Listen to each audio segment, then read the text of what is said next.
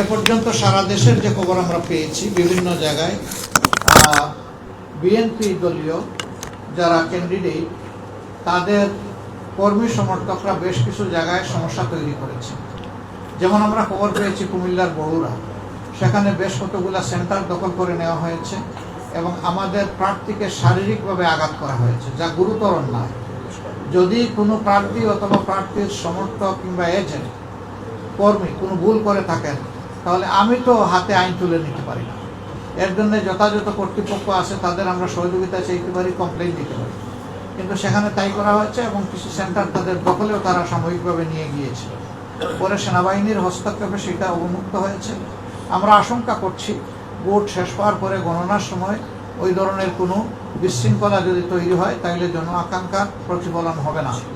এবং 15.5 বছর জাতি তাদের ভোটের অধিকার হারিয়ে আজকে যাকেই আমি জিজ্ঞেস করেছি যে আপনার কেমন লাগছে, বলে যে আমি খুব এক্সাইটেড, আমি খুব উৎফুল্ল, আমি অন্যরকম একটা অনুভূতি আজকে অনুভব করছি।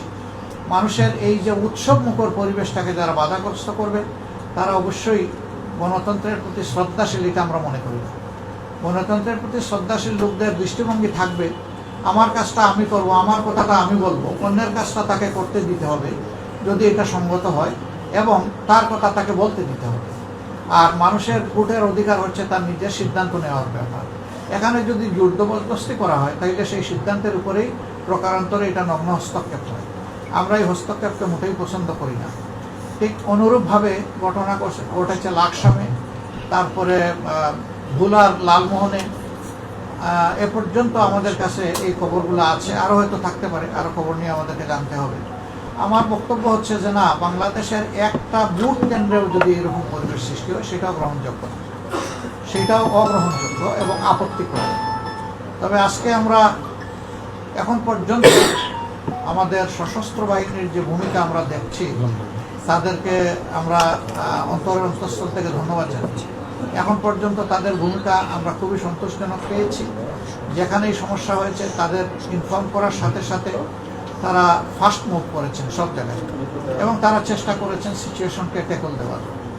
যদি আমাদের গর্বের এই সেনাবাহিনী এবং সশস্ত্র বাহিনী তাদের এই কর্তব্যটা নিষ্ঠার সাথে পালন করে, তাহলে আমরা আশা করি দিন শেষে জাতি একটা ভালো ভোট উপহার পাবে, ইনশাআল্লাহ ভালো একটা নির্বাচন পাবে, এবং ভালো নির্বাচন হলেই একটা ভালো সরকার তৈরি হবে, যে সরকার এদেশের মানুষকে নিয়ে ভাববে, যে সরকার হবে জনগণের সরকার। কারণ ভোটাররা এখনো ভোট দিচ্ছে, দেওয়া শেষ করে নাই। আর আমি বলে দিলাম যে আমি 300 আসনে বিজয় লাভ করবো, এটা ভোটারদের স্বাধীনতার প্রতি আমি হস্তক্ষেপ বলে মনে করি।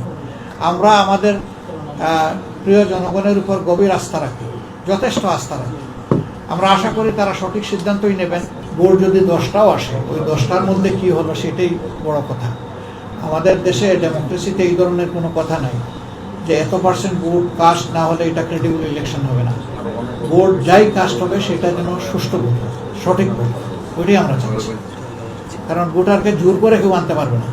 ভোটার আসবে, তার স্বপ্রণোদিত হয়, এবং কোনো ভোটার যদি কোনো কারণে না আসে, সেটা ভিন্ন কথা। খবরের কাগজ, নিখাত, নির্ভীক, নিরপেক্ষ।